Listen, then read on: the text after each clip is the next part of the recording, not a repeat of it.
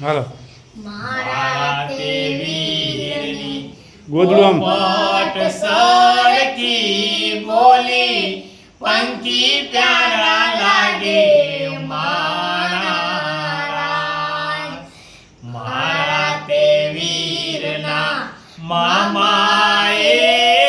એમ પૂછ્યું ભાણેજ કેમ મોડા મારા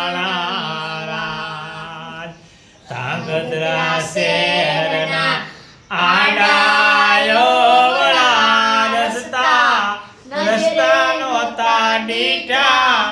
એમ જ મોડા આયા માણા